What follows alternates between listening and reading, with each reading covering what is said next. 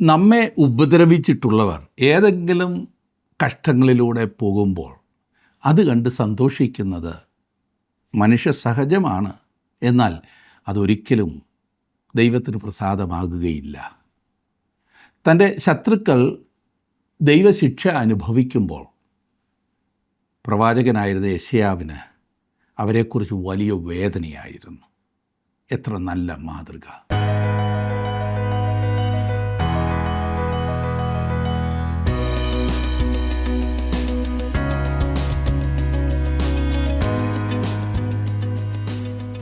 ജീവസന്ദേശത്തിൻ്റെ കേൾവിക്കാരോടുള്ള ഞങ്ങളുടെ സ്നേഹവും നന്ദിയും അറിയിക്കട്ടെ. പ്രവചനവാക്യങ്ങൾക്ക് ഭൂതഭാവി വർത്തമാന കാലങ്ങളിലുള്ള പ്രസക്തി അത്ഭുതകരമായ കാര്യമാകുന്നു.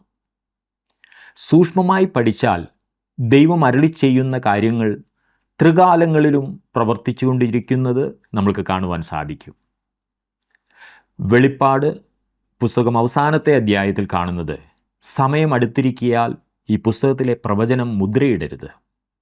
അനീതി ചെയ്യുന്നവൻ ഇനിയും അനീതി ചെയ്യട്ടെ, അഴുക്കുള്ളവൻ ഇനിയും അഴുക്കാടട്ടെ, നീതിമാൻ ഇനിയും നീതി ചെയ്യട്ടെ, വിശുദ്ധൻ ഇനിയും തന്നെ തന്നെ വിശുദ്ധീകരിക്കട്ടെ എന്നാകുന്നു.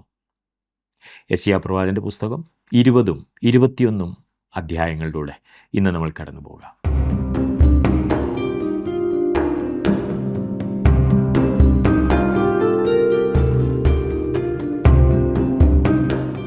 യെശയ്യാ പ്രവചനം 19-ാം അധ്യായം വരെയാണല്ലോ നാം ചിന്തിച്ചു കഴിഞ്ഞത്.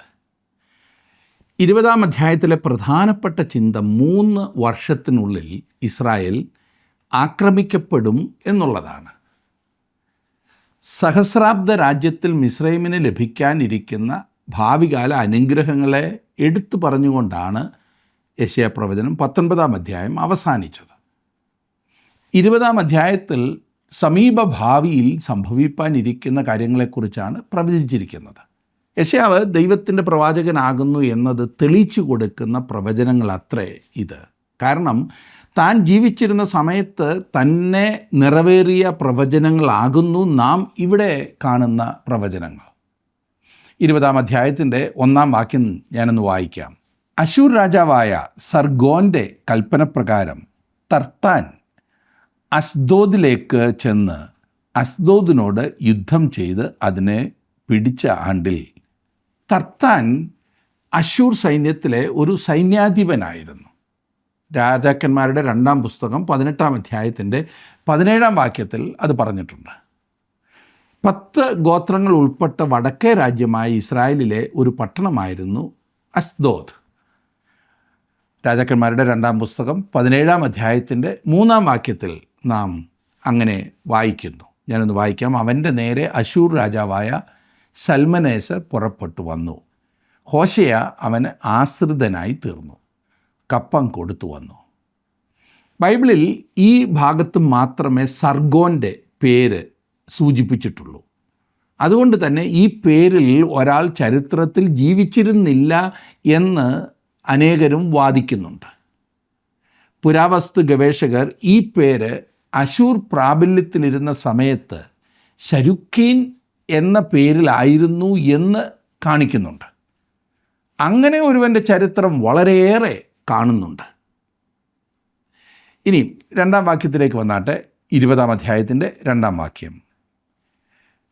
ആ കാലത്ത് തന്നെ യഹോവ ആമോസിൻ്റെ മകനായ യെശയ്യാവോട്, നീ ചെന്ന് നിൻ്റെ അരയിൽ നിന്ന് രട്ടുശീല അഴിച്ചു വെച്ച് കാലിൽ നിന്നും ചെരുപ്പ് ഊരിക്കളക എന്ന് കൽപ്പിച്ചു. അവൻ അങ്ങനെ ചെയ്തു, നഗ്നനായും ചെരുപ്പിടാതെയും നടന്നു. തർത്താൻ ആരായിരുന്നു എന്ന് നാം 1-ാം വാക്യത്തിൽ കണ്ടു. ഇസ്രായേൽ മിസ്രൈമിനോട് കൂട്ടുകെട്ടുണ്ടാക്കരുത് എന്നുള്ള മുന്നറിയിപ്പ് നൽകാൻ യെശയ്യാവ് നടത്തുന്നതായ ഒരു ദൃഷ്ടാന്തമാണ് ഇവിടെ നാം കാണുന്നത്. യെശയ്യാവ് തൻ്റെ ബാഹ്യ വസ്ത്രങ്ങൾ അല്ലെങ്കിൽ തൻ്റെ കോട്ട് നീക്കിക്കളയണം എന്നുള്ളതാണ് ഇവിടെ പറഞ്ഞിരിക്കുന്നത്. അത് മറ്റുള്ളവർ തന്നെ പെട്ടെന്ന് ശ്രദ്ധിക്കുന്നതിന് വേണ്ടിയായിരുന്നു. സാധാരണയായി ഉപയോഗിച്ചിരുന്ന വസ്ത്രങ്ങൾ നീക്കുന്നതിനാണ് യെശയ്യാവിന് നിർദ്ദേശം ലഭിച്ചിരുന്നത്. അത് മറ്റുള്ളവരെ പെട്ടെന്ന് തന്നിലേക്ക് ആകർഷിച്ച് തനിക്ക് പറയുവാനുള്ളതിന് തുടക്കമിടാൻ അങ്ങനെ പ്രവാചകന് നല്ലൊരവസരം ലഭിക്കുകയും ചെയ്തു.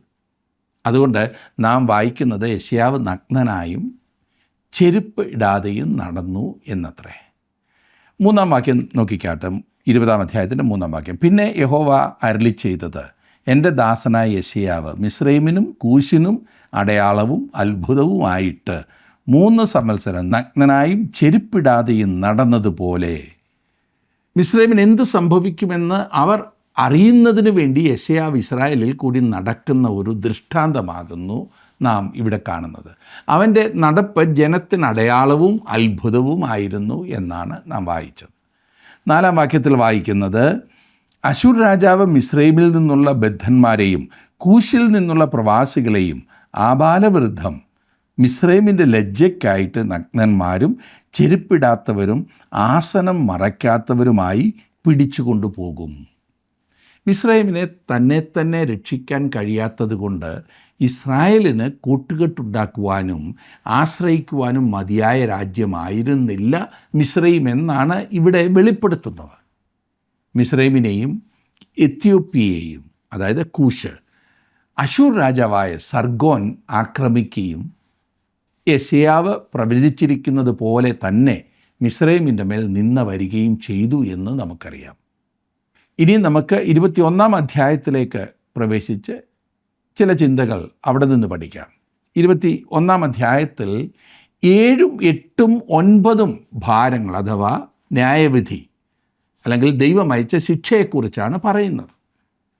ബാബേൽ, ഏദോം, അറേബ്യ എന്നീ രാജ്യങ്ങൾക്കെതിരെയുള്ള ന്യായവിധികളാണ് അവിടെ പറയുന്നത്. ഈ ഭാഗങ്ങൾ ചില അടയാളങ്ങളിൽ കൂടിയാണ് ചൂണ്ടിക്കാണിച്ചിരിക്കുന്നത്.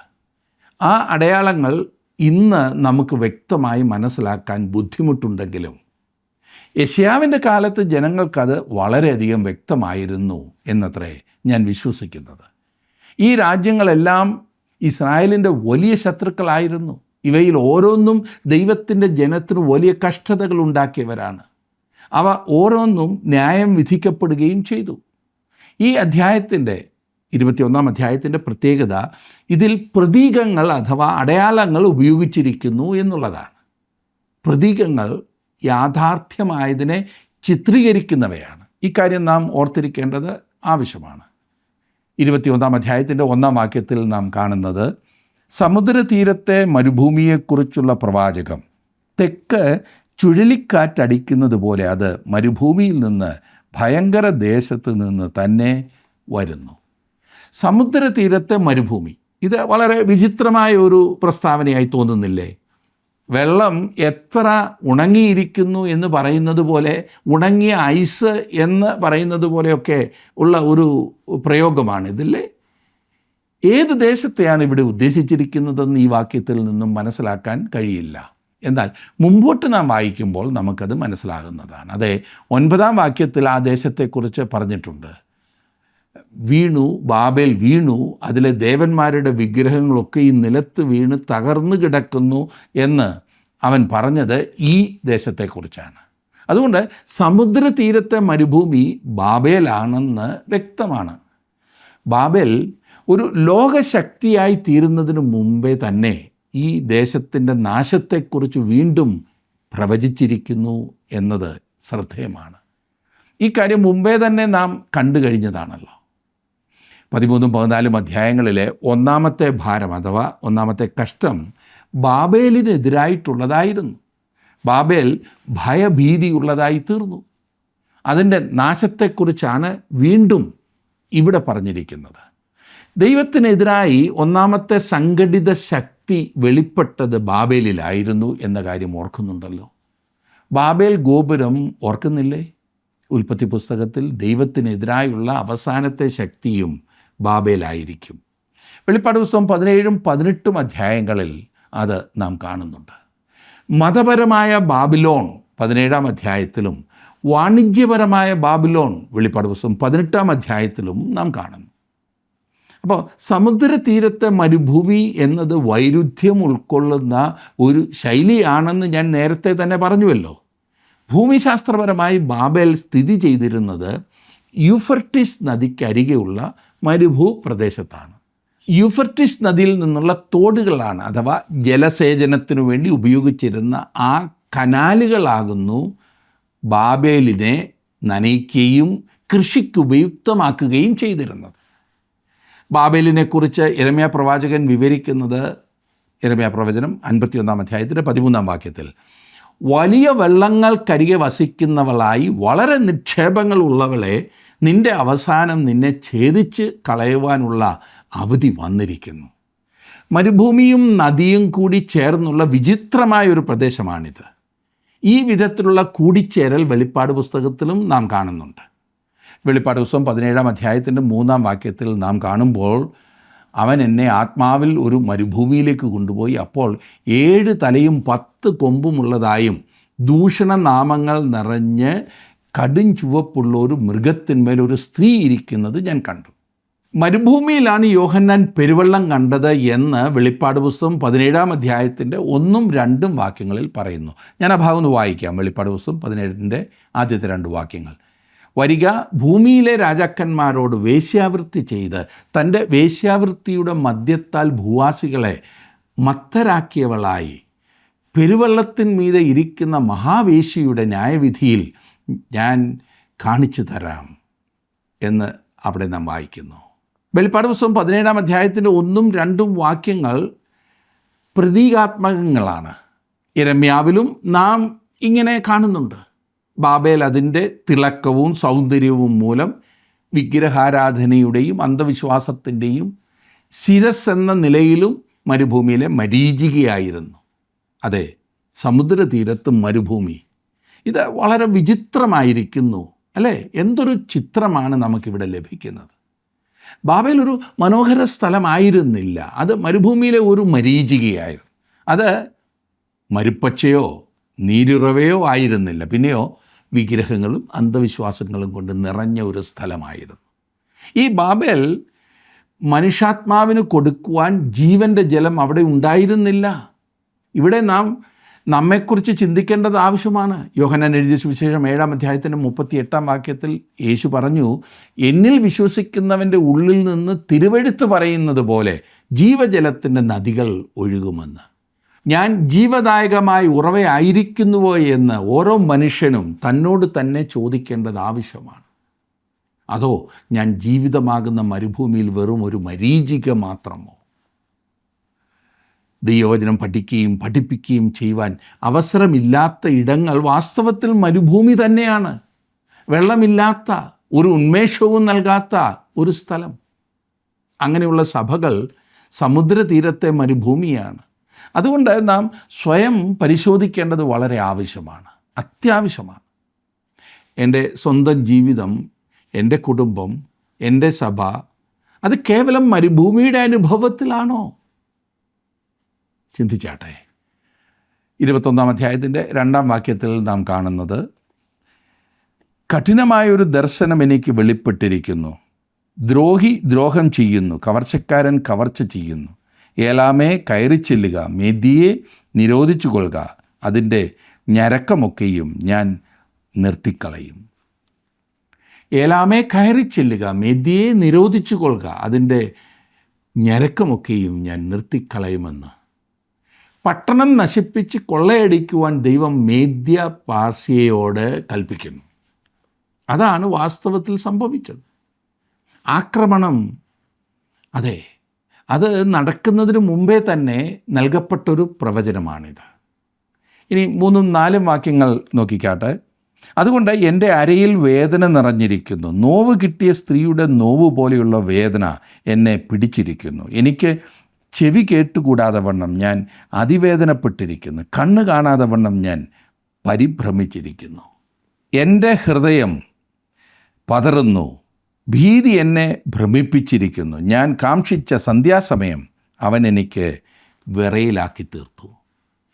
വരുവാനിരിക്കുന്ന നാശത്തെക്കുറിച്ച് മനസ്സിലാക്കുമ്പോൾ യെശയ്യാവ് വീണ്ടും വികാരാധിക്യം മൂലം ദുഃഖിതനായിത്തീരുന്നു. ദൈവിക പദ്ധതിക്ക് തുരങ്കം വയ്ക്കുന്ന ബാബേലിൻ്റെ നാശം ഭയങ്കരമാണ്. ഈ പട്ടണത്തിന് വരുന്ന നാശത്തിങ്കൽ പ്രവാചകൻ ഭയപ്പെടുകയും വിറയ്ക്കുകയും ചെയ്യുന്നു. വാസ്തവത്തിൽ നാം ഇവിടെ കാണുന്നത് ദൈവത്തിൻ്റെ ഹൃദയമാകുന്നു. സ്നേഹമുള്ള നല്ല പിതാവായ ദൈവം, കരുണയും ദയയും കാണിക്കുന്നതിനുള്ള ദൈവത്തിൻ്റെ താല്പര്യമത്ര ഇവിടെ വ്യക്തമാകുന്നത്. യിരെമ്യാവിൻ്റെ കണ്ണുനീരിൽ എന്ന പോലെ ദൈവത്തിൻ്റെ സ്നേഹമാണ് ഇവിടെ തെളിഞ്ഞു നിൽക്കുന്നത്. ദൈവത്തിൻ്റെ ന്യായവിധിയിൽ സന്തോഷിക്കുവാൻ ഒരു വ്യക്തിക്കും കഴിയില്ല. തൻ്റെ ന്യായവിധികൾ തൻ്റെ പ്രത്യേക പ്രവൃത്തിയാണെന്ന് ദൈവം പറയുന്നു. അതെ പ്രിയ സുഹൃത്തെ, ദൈവം താങ്കളെ ശിക്ഷിക്കുവാനല്ല, താങ്കളെ രക്ഷിക്കുവാനാണ് ആഗ്രഹിക്കുന്നത്. താങ്കൾ കഷ്ടപ്പെടണമെന്നല്ല ദൈവം ആഗ്രഹിക്കുന്നത്, പിന്നെയോ സന്തോഷവും സമാധാനവും അനുഭവിക്കണം എന്നാണ് ദൈവം ആഗ്രഹിക്കുന്നത്. ശാപവും അനുഗ്രഹവും താങ്കളുടെ മുൻപിൽ തന്നെയുണ്ട്. എന്നാൽ ഏത് തിരഞ്ഞെടുക്കുമെന്നുള്ളത് താങ്കളെ ആശ്രയിച്ചിരിക്കും. ദൈവം ജാതികളെ ന്യായം വിധിക്കുവാൻ ആഗ്രഹിക്കുന്നില്ല, മറിച്ച് അത് തിരഞ്ഞെടുക്കേണ്ടത് ഓരോ ജനതയുമാണ്. അതായത് ദൈവത്തിൻ്റെ ന്യായവിധി വരുവാൻ കാരണമായിരിക്കുന്ന തീരുമാനമെടുക്കുന്നത് മനുഷ്യൻ തന്നെയാണ്. ഇതത്രേ ഇവിടെ വെളിപ്പെടുത്തുന്നത്. ഇനിയും 5ഉം 6ഉം വാക്യങ്ങൾ ഞാൻ വായിക്കാം. മേശയൊരുക്കുവിൻ, പരവതാനി വിരിപ്പിൻ, ഭക്ഷിച്ച് പാനം ചെയ്യുവിൻ, പ്രഭുക്കന്മാരെ എഴുന്നേൽപ്പിൻ, പരിചയ്ക്ക് എണ്ണ പൂശുവിൻ. കർത്താവ് എന്നോട്, നീ ചെന്ന ഒരു കാവൽക്കാരനെ നിർത്തിക്കൊള്ളുക, അവൻ കാണുന്നത് അറിയിക്കട്ടെ. ബാബേലിൻ്റെ നാശത്തിൻ്റെ ദൃക്സാക്ഷി വിവരണം ദാനിയേൽ പ്രവചനത്തിൽ നൽകപ്പെട്ടിരിക്കുന്നത് പോലെ ഇവിടെയും ഈ വാക്യത്തിലും നാം കാണുന്നു.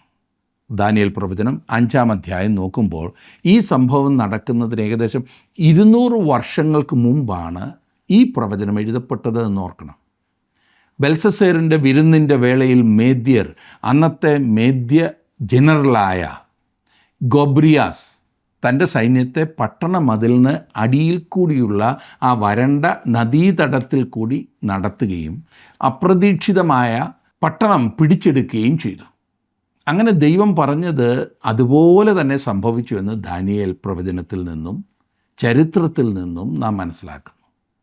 8ഉം 9ഉം വാക്യങ്ങളിൽ നാം കാണുന്നത്, അവൻ ഒരു സിംഹം പോലെ അലറി, കർത്താവേ, ഞാൻ പകൽ ഇടവിടാതെ കാവൽ നിൽക്കുന്നു, രാത്രി മുഴുവനും ഞാൻ കാവൽ കാത്തുകൊണ്ടിരുന്നു. ഇതാ ഒരു കൂട്ടം കുതിരച്ചേവകർ ഈരണ്ടീരണ്ടായി കുതിരപ്പട വരുന്നു എന്ന് പറഞ്ഞു. വീണു, ബാബേൽ വീണു, അതിലെ ദേവന്മാരുടെ വിഗ്രഹങ്ങളൊക്കെയും നിലത്ത് വീണ് തകർന്നു കിടക്കുന്നു എന്നും അവർ പറഞ്ഞു. നഗര മതിലിന്മേലുള്ള കാവൽക്കാരൻ താൻ കാണുന്നതിനെ പട്ടണത്തുള്ള ജനത്തോട് വിളിച്ചു പറയുകയാണ്. ഞാൻ മരുഭൂമിയിലേക്ക് നോക്കുമ്പോൾ ഇതാ ഒരു കൂട്ടം കുതിരച്ചേവകർ ഈരണ്ടീരണ്ടായി കുതിരപ്പട വരുന്നു. അവർ അത് കാണുകയാകുന്നു. ഈ പറഞ്ഞ ആളുകൾ ദൂതുവാഹികളാണ്.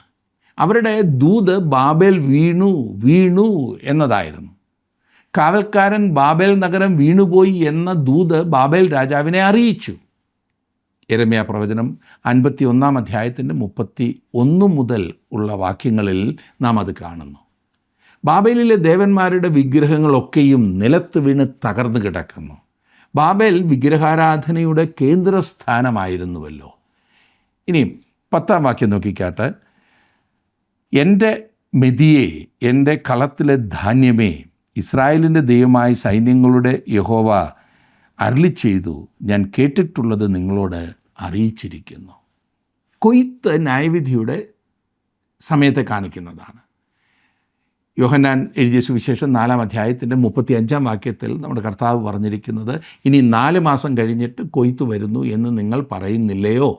നിങ്ങൾ തലപൊക്കി നോക്കിയാൽ നിലങ്ങൾ ഇപ്പോൾ തന്നെ കൊയ്ത്തിന് വെളുത്തിരിക്കുന്നത് കാണാം എന്ന് ഞാൻ നിങ്ങളോട് പറയുന്നു. ന്യായപ്രമാണ യുഗത്തിൻ്റെ അവസാനത്തിലാണ് നമ്മുടെ കർത്താവ് ഇത് പറഞ്ഞത് എന്നോർക്കണം. കൃപായുഗം ആരംഭിക്കുന്നതിന് തൊട്ടു മുമ്പ് ഏകദേശം 1500 വർഷങ്ങൾ ന്യായപ്രമാണം തങ്ങളുടെ പക്കൽ ഉണ്ടായിരുന്ന ഇസ്രായേൽ ജനത്തിന്മേൽ ദൈവിക ന്യായവിധി വരുവാൻ പോകുന്ന സമയമായിരുന്നു അത്. അതെ, കൊയ്ത്ത് ന്യായവിധിയുടെ, ദൈവത്തിൻ്റെ ശിക്ഷയുടെ സമയമാണ്. ഇനിയും ഏദോമിന്മേൽ വരുന്ന ആ ഭാരത്തെക്കുറിച്ച്, അതായത് ശിക്ഷയെക്കുറിച്ച് നാം ചിന്തിക്കുവാൻ പോകുകയാണ്. 11-ാം വാക്യം നോക്കിക്കാട്ടെ. 21-ാം അധ്യായത്തിൻ്റെ 11-ാം വാക്യം. ധൂമയെക്കുറിച്ചുള്ള പ്രവാചകം, കാവൽക്കാരാ രാത്രി എന്തായി, കാവൽക്കാരാ രാത്രി എന്തായി എന്ന് ഒരുത്തൻ സെയീരിൽ നിന്ന് എന്നോട് വിളിച്ചു ചോദിക്കുന്നു. ആരാണ് ധൂമ? ധൂമ എന്നത് അടയാള സൂചകമായ ഒരു വാക്കാണ്.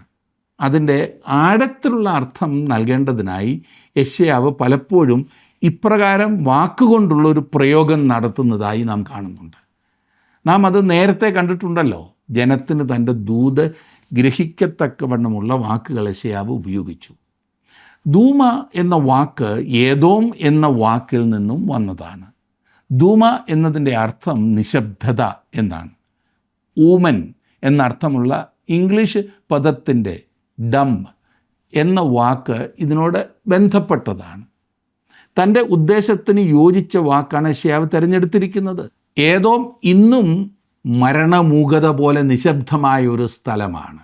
സെയീർ എന്നാൽ പരുക്കനെന്നോ രോമമുള്ളതോ എന്നോ ആണ് അർത്ഥം. ഇവിടെ നാം ഓർക്കണം, ഏശാവായിരുന്നു രോമമുള്ള മനുഷ്യൻ എന്ന് ആദ്യം ബൈബിളിൽ പറഞ്ഞിരിക്കുന്നത്. ഉൽപ്പത്തി പുസ്തകം 25-ാം അധ്യായത്തിൻ്റെ 25-ാം വാക്യത്തിൽ നാം അത് കാണുന്നുണ്ട്. ഉൽപ്പത്തി പുസ്തകം 36-ാം അധ്യായത്തിൻ്റെ 8-ാം വാക്യത്തിൽ അവൻ രോമമുള്ളവനും സെയീർ പർവ്വതത്തിൽ പാർത്തിരുന്നവനുമാണ് എന്ന് കാണും. സെയീർ എന്നതിന് കൊടുങ്കാറ്റെന്നും അർത്ഥമുണ്ട്. അത് കൊടുങ്കാറ്റ് വീശുന്ന ദേശമായിരുന്നു. ഏശാവിൻ്റെ വംശമാണല്ലോ ഏദോമ്യർ. ഏശാവിൻ്റെ അവകാശ ഭൂമിയായ പാറകൾ നിറഞ്ഞ ഈ പ്രദേശത്താണ് അവർ പാർത്തിരുന്നത്. അവർ ഇസ്രായേലിനോട് ബന്ധമുള്ളവർ ആയിരുന്നെങ്കിലും അവർക്കെതിരെ നിൽക്കുന്നതായിട്ടാണ് ചരിത്രത്തിൽ നാം എപ്പോഴും കാണുന്നത്. ധൂമ എന്നാൽ നിശബ്ദത, ഞാൻ പറഞ്ഞല്ലോ. സെയീർ എന്നാൽ കൊടുങ്കാറ്റ്. വാക്കുകൾ കൊണ്ടുള്ള എന്തൊരു കളിയാണെന്ന് നോക്കൂ. എന്തൊരു ദൂതല്ലേ. ഏതോമാണ് ഇവിടെ ചോദിക്കുന്നത്. നിശബ്ദതയുടെയും കൊടുങ്കാറ്റിൻ്റെയും ദേശത്ത് നിന്നും ഈ ചോദ്യം വരുന്നു. കാവൽക്കാരാ, കാവൽക്കാരാ, രാത്രി എന്തായി? അഥവാ രാത്രി എന്തുമാത്രം ഇതിനോടകം കഴിഞ്ഞുപോയി, അല്ലെങ്കിൽ ദൈവത്തിൻ്റെ മഹത്വം വെളിപ്പെടുന്നതിന് ഇനിയും എത്ര കാലതാമസമുണ്ട് എന്നത്ര ചോദിക്കുന്നത്. മലാക്കി പ്രവചനം 4-ാം അധ്യായത്തിൻ്റെ 2-ാം വാക്യത്തിൽ പറയുന്നത് പോലെ നീതിസൂര്യൻ രോഗോപശാന്തിയോടുകൂടി ഉദിക്കുന്നതിന് ഇനിയും എത്രമാത്രം സമയമുണ്ട് എന്നാകുന്നു ചോദിക്കുന്നത്. 12-ാം വാക്യത്തിൽ അതിനുള്ള ഉത്തരം നാം കാണുന്നുണ്ട്. അതിന് കാവൽക്കാരൻ പ്രഭാതവും രാത്രിയും വന്നിരിക്കുന്നു, നിങ്ങൾക്ക് ചോദിക്കണമെങ്കിൽ ചോദിച്ചുകൊള്ളുവീൻ, പോയി വരുവീൻ എന്ന് പറഞ്ഞു. പ്രഭാതവും രാത്രിയും വന്നിരിക്കുന്നു എന്ന പ്രസ്താവന പ്രത്യേകം ശ്രദ്ധേയമാണ്. ചിലർക്ക് മഹത്വകരമായിരിക്കുന്നത് മറ്റു ചിലർക്ക് പ്രശ്നമുണ്ടാക്കുന്നതാണ്. കാലക്കേടായിരിക്കും. ദൈവജനത്തിന് പ്രകാശമായിരിക്കുന്നത് ഏദോമ്യർക്ക് രാത്രിയും അന്ധകാരവുമായിരിക്കുന്നു. ദൈവത്തെ തള്ളിക്കളഞ്ഞ ജഡീക മനുഷ്യരെയാണ് ഏദോം ചിത്രീകരിക്കുന്നത്. അടുത്തതായി നാം കാണുന്നത് അറബി ദേശത്തെക്കുറിച്ചുള്ള പ്രവാചകമാണ്. അതുകൂടി നോക്കാം. അറബി ദേശത്തിൻ്റെ ഭാരം അല്ലെങ്കിൽ അവർക്കെതിരെയുള്ള ശിക്ഷ. 13-ാം വാക്യം. അറബി ദേശത്തെക്കുറിച്ചുള്ള പ്രവാചകം. ദേദാന്യരുടെ സ്വാർത്ഥ ഗണങ്ങളായുള്ളവരെ, നിങ്ങൾ അറബിയിലെ കാട്ടിൽ രാപാർപ്പീൻ. അറേബ്യ വീണ്ടും രണ്ടർത്ഥമുള്ള ഒരു പേരാണ്. ഇത് വളരെ വ്യക്തമാണെങ്കിലും ചില വ്യത്യാസങ്ങൾ വരുത്തിയാൽ സന്ധ്യ എന്ന് അർത്ഥം വരുന്നതായി തീരും. ഈ വാക്യത്തിൽ അർത്ഥം നല്ലവണ്ണം വ്യക്തമാണ്. അറേബ്യ ദേശത്തിൻ്റെ ചരിത്രത്തിലെ സന്ധ്യയായിരുന്നു അത്. അതാണ് അവിടുത്തെ അർത്ഥം. അവർ വിചാരിച്ചതിലും സമയം വളരെ വൈകിയിരുന്നു. അറബി ദേശം ഇസ്രായേലിയരുടെ ദേശം ആയിരുന്നുവല്ലോ. അവരെക്കുറിച്ച് ദൈവം പറയുന്നത് വളരെ രസകരമാണ്. അബ്രഹാമിൻ്റെ മക്കളായ ഇസ്മായേലും ഇസഹാക്കും ഒരിക്കലും ഒന്നിച്ച് ചേർന്ന് പോയിട്ടില്ല. ഇന്ന് അവരുടെ പിൻഗാമികളും ഒരുമിച്ച് ചേർന്ന് പോവുകയില്ലല്ലോ. ഇന്ന് അവർക്കിടയിൽ നടക്കുന്നത് അബ്രഹാം ഒന്ന് കണ്ടിരുന്നെങ്കിൽ തൻ്റെ പാപം ഒട്ടും ചെറുതായിരുന്നില്ല എന്ന് അബ്രഹാമിന് കുറ്റബോധമുണ്ടായേനേയും എന്ന കാര്യത്തിൽ സംശയമില്ല. ദൈവത്തിൽ പൂർണ്ണമായി വിശ്വസിച്ച് അവനെ അനുസരിക്കാതിരുന്നത് കൊണ്ട് തലമുറകൾക്കുണ്ടാകുന്നതായ ഭവിഷ്യത്ത് എന്താകുന്നു എന്ന് ഇപ്പോൾ മനസ്സിലായേനെ. പ്രിയ സുഹൃത്തെ, മനുഷ്യ ചരിത്രത്തിൽ പറ്റിക്കൂടുന്ന പാപം ഒരിക്കലും അതിൻ്റെ പ്രവർത്തനം നിർത്തുന്നില്ല എന്ന കാര്യം മറന്നു പോകരുത്. തലമുറകളിലൂടെ അത് വെളിവാകും. കുഞ്ഞുങ്ങളുടെ സന്തോഷത്തിനും അവരുടെ ഭാവി ഉന്നമനത്തിനും വേണ്ടി കഷ്ടപ്പെടുകയും അഹോരാത്രം പണിയെടുക്കുകയും ചെയ്യുന്നതായ മാതാപിതാക്കൾ ഒരു കാര്യം ഓർക്കണം. ദൈവത്തിൽ ആശ്രയമില്ലാതെ ദൈവഹിതത്തിനു വെളിയിൽ നിങ്ങൾ കുഞ്ഞുങ്ങൾക്ക് ചെയ്യുന്നതൊക്കെ അവരെ തമ്മിലടിപ്പിക്കാൻ മാത്രമേ ഉതകൂ എന്ന് മറക്കരുത്. അതുകൊണ്ട് നമ്മുടെ ജീവിതത്തെ നാം വളരെ ശ്രദ്ധിച്ചു വേണം മുൻപോട്ട് നയിപ്പാൻ. അതിന് ദൈവം നിങ്ങളെ സഹായിക്കേണ്ടതിനായി ഞാൻ നിങ്ങൾക്ക് വേണ്ടി പ്രാർത്ഥിക്കുന്നു.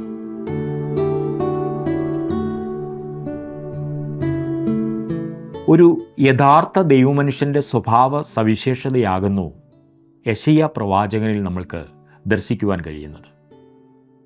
ശിക്ഷാവിധിയിലായിരിക്കുന്ന ജനതയെ ഓർത്ത് ദൈവത്തോടൊപ്പം ഭാരപ്പെടുകയും ഞരങ്ങുകയും ചെയ്യുന്ന യെശയ്യാ പ്രവാചകൻ ഇന്നത്തെ ദൈവമനുഷ്യർക്ക് ശരിയായ ഒരു മാതൃകയാകുന്നു.